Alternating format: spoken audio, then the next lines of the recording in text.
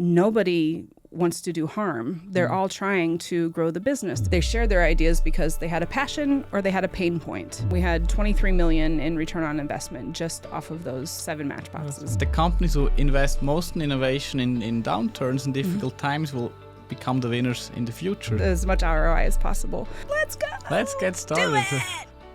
So welcome to another podcast here from sunny and hot Zurich. Today with Sarah Kelly, over 10 years innovation manager at Liberty Global and since a year now innovation consultant, as Sarah says. And as a first question, I would like to ask you, Sarah, why did you start the program called Matchbox? Wow, that's a really good question. And Matchbox came quite organically after we started. So we had the program at Liberty Global called Spark, and Spark was our ideation platform. So where employees could share ideas for business challenges. And what we learned during the first 3 years of running this ideation platform is that people don't always know the difference between an idea, a thought, and a wish. And we were getting lots of thoughts and wishes that weren't really implementable. And we wanted to get just a lot better ideas, a lot better quality ideas.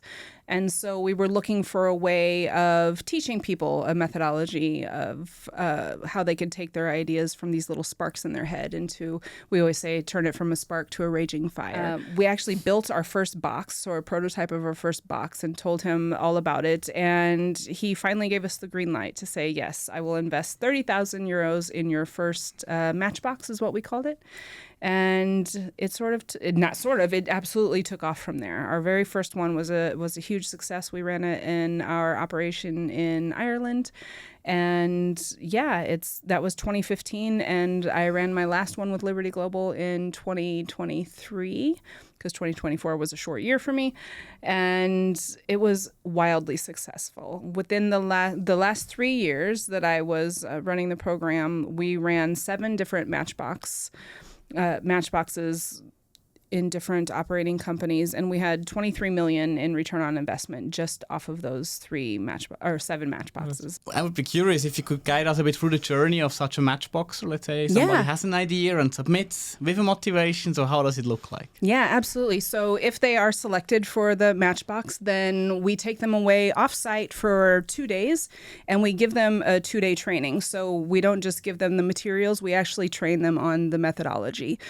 In those 2 days, we take them through each step, but we also have speakers come in, like we would like to have the sponsor come in so they can tell them where to look for their ideas, because people don't always know what the strategy for the company is and where the best places are or where the challenges are.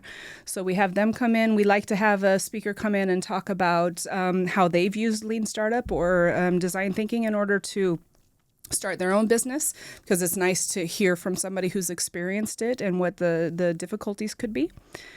So then after the 2 days, they get 8 weeks to work on their own Matchbox project. We set them up with mentors in the business, so they have somebody that they can go to bounce ideas off of, to connect them to other people in the business. That is also our job as the Spark team, is to connect the ideas to the people in the business. And yeah, then they're just let go. They're released into the wild. And what's really difficult at this point is making sure that they stay on task. Because when they leave that 2-day training, they're so motivated, they're so excited, and then they get back to business as usual. Monday comes and it's all of their duties are still there, and you can easily lose the motivation. So through those 8 weeks, I am making sure that they are communicated to every single week. I'm either puppeteering a communication from the sponsor or from their mentors, but there is not a week that goes by that I'm not talking to those people to make sure that they remember the opportunity that they've been given. So about 5 weeks after their training, I give them a pitch training. So I teach them how to storytell, how to pitch an idea. I give them a framework to how to build a pitch. That is a lot of people's Achilles heel, and their biggest fear is to pitch an idea, or any sort of public speaking is a huge fear of people. And so if I'm going to ask people to pitch their ideas, I want to set them up for success. So I also want my pitch session to go really well. So I want to make sure that they are giving good pitches. Then we set them up in a Dragon's Den Shark Tank-like event, which we call Spark Pit. During the 2 weeks before that, they have to pitch to me first or to my team first, so we can check the quality of the pitches and to make sure that they hit all the right notes. And yeah, then we have the event of a lifetime. And what's really, really lovely is, for me at least, is to watch them from the very beginning to the very end and seeing them pitch in front of their senior leadership that sometimes they would never get time with, let alone asking for investment. And so, yeah, so they give their pitch, they ask for their investment at the end of the pitch, and it's a yes or no right there on the spot. So we give them 5 minutes to pitch, we give the dragons 5 minutes to question them, and then they have to be told yes or no right there on the spot. And the dragons were representing all the businesses, because what I observed as well, you need to have the right people in dragons. That jury, otherwise you might sponsor an idea that doesn't get the follow-up support from the business in the future, right? That is a trick of Kickbox Matchbox as well, is making sure you have the right dragons in the room.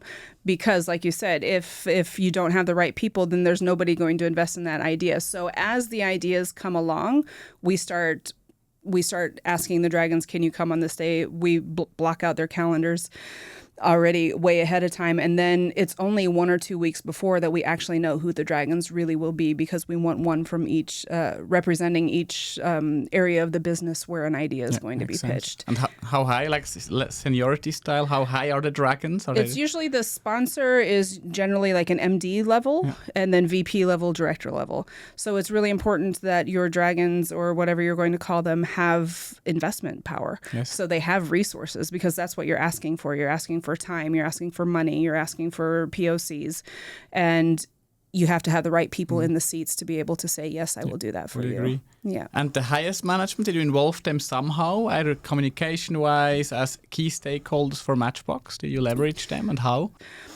For us, director level and above were our sponsors and our mentors.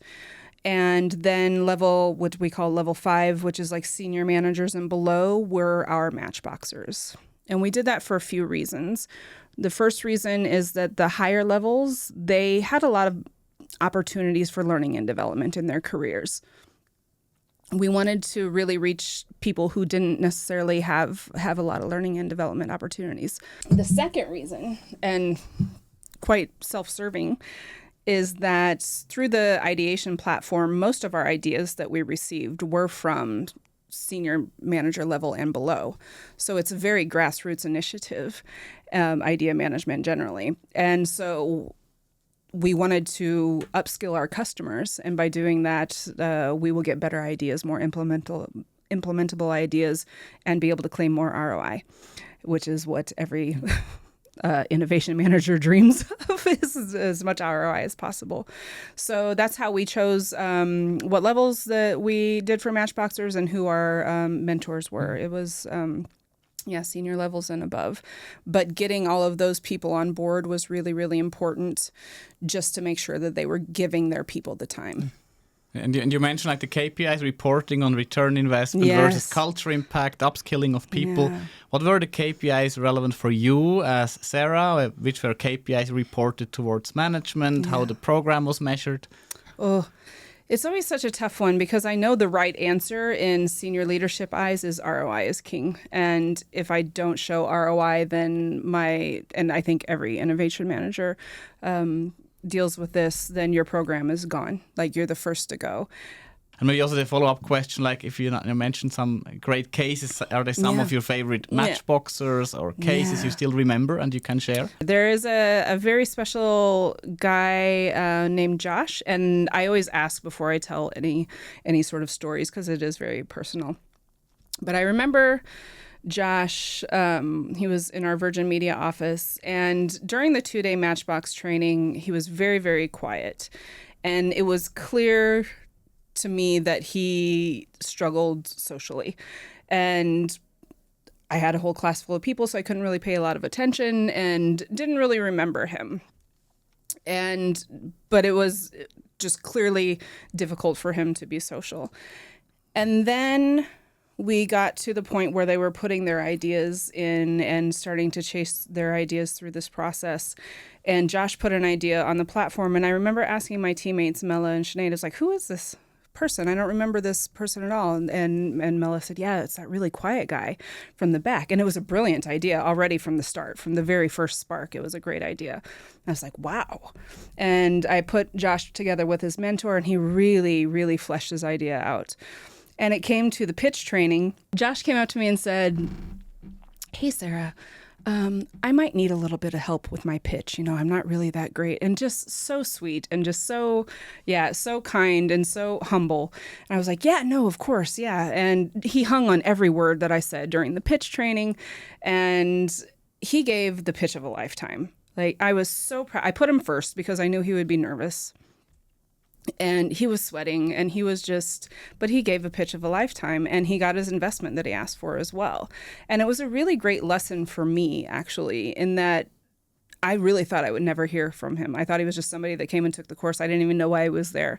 And that I cannot say who can and cannot be innovative. And that just sort of reiterates the point that you can't say these people will do it and these people won't. You have to give equal opportunity to absolutely everybody because, the quiet ones can surprise you. I agree. And you mentioned a lot about the class, the teaching. So how was that set up? Like, did you run like campaigns around business challenges, or were you pretty open topic-wise? Did you make sure it's aligned with the Liberty Global strategy topics, or how was that? Because your classes, your cohorts, how did that look? We learned a lot over the years from our first one down to our last one. And each one we iterated on ourselves and learning the best ways of capturing the right ideas. Connecting to the Liberty strategy is absolutely key. They're not going to invest in ideas that don't follow the strategy. And that's just the way it goes. In the very beginning, we had some sponsors who would come in and they would tell people, give us your pie in the sky ideas, really shoot for the stars, give us those out there ideas. And then they would do that. The Matchboxers would do that. They would chase these ideas that were crazy and way out of our wheelhouse. And when they would get to pitch that idea, then the Dragons would say, oh no, that's too far away from our core business. I don't feel comfortable giving you the investment in that. And so then we had to start asking them, please don't tell them to shoot for the stars if you're not going to invest in the stars. And what were also the incentives? You talk about motivation, why you do such a thing. Like what at Liberty Global, was it financial incentive, fame, internal fame? Was it promotion? Why did people participate? What did they get? Incentivized in a few different ways. The motivation, of course, is learning and development. It's to upskill yourself. It's to learn a methodology that you can apply not just during Matchbox, but also afterwards. So people are still going to continue to use this even after we stop tracking them, which is beautiful. The motivation for pitching an idea, of course, is to get to see your babies into the business. And we tried to allow people to continue to work on the implementation of their idea, even if it was outside of the scope of their day-to-day work. And that is seen as an award a lot of times. There are ideators, though, who like to drop their idea off and say, good luck with it, and not really be that involved. And so we let people sort of lead themselves. If you are somebody who wants to drop it off and go, that's fine. But if you want to be involved, I will try my best to get you involved in that project.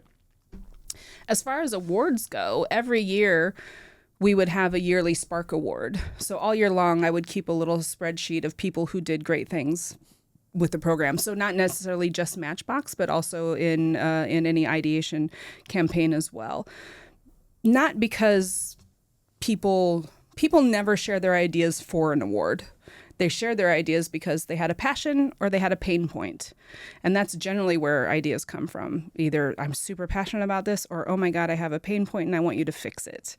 And how was the link kind of was idea management? You mentioned before you also had idea management program, which is often lean management, kind of improvements, Horizon 1 versus maybe Matchbox, more Horizon 2.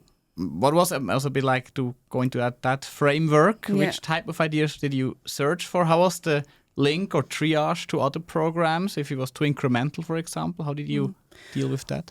Well, luckily, it was one team running sort of all of it. So it was very easy to shift things if we needed to. But idea management generally, at least the way we did it at Liberty, generally brought in the Horizon 1 type of ideas. So it was really the low-hanging fruit, the really quickly implementable within 1 to 2 years, very close to our current products and services. Matchbox is what allowed us to get to those Horizon 2 types of ideas that maybe took a little bit more investment, 3 to 5 years, and maybe could be a little bit further away from our products and services. We did find, and I already said this, we did find that those Horizon 3s just didn't land in a Matchbox. And I think you really need an accelerator type of program, something external. That's been my experience that works best for the Horizon 3 type of ideas. But yeah, so definitely idea management, Horizon 1 and Matchbox Horizon 2 for us. If you don't have a central innovation strategy, it's very, very hard to get everybody together on the same page. So eventually, we did finally get all of the innovation teams meeting together quarterly, which was brilliant. And I suggest if you are somebody structured similar to a Liberty Global that you do something like that. You're going to always have pockets of innovation, but make sure that you're at least all talking to each other in order just to share resources and scale ideas and not reinvent the wheel 100 times.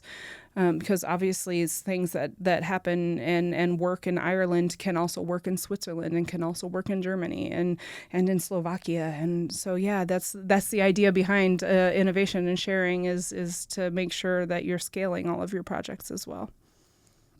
One more question on Sarah Says. Since 1 year you're working as an innovation consultant and you work with many organizations, many companies, and I would be curious to see or hear from you some of the challenges you're observing at this moment in large enterprises around innovation. I've been able to work with quite a few companies around these same challenges, and what I'm finding right now is with the state of the world, without going into politics,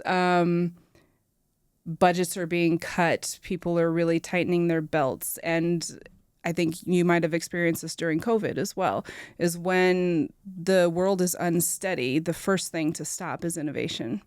And so when you're trying to consult in innovation, it can be really frustrating, almost scary at the lack of work that is happening right now. But also, if you look at the past, we always know that the companies who invest most in innovation in downturns and difficult times will become the winners in the future. So what do you think? How can you convince management not to do what you just described, not to cut innovation? Because it's the easiest to cut, doesn't have immediate impact, but it should be the bet on the future. Well, and you can bet $1 million bazillion that if you ask those managers, how important is innovation? Oh, yes, we have to be innovative. Otherwise, we're going to be disrupted and blah, blah, blah.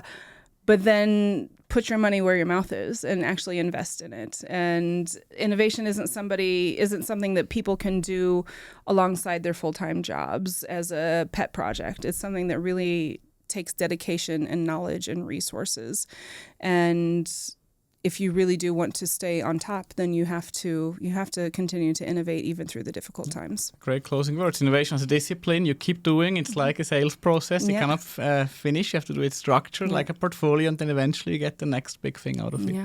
And with that, Sarah, thank you very much for taking the time. It was Thanks a pleasure for having me. Have this exchange here. And yes, all the best for the second half this year. Thank you. Thanks so much.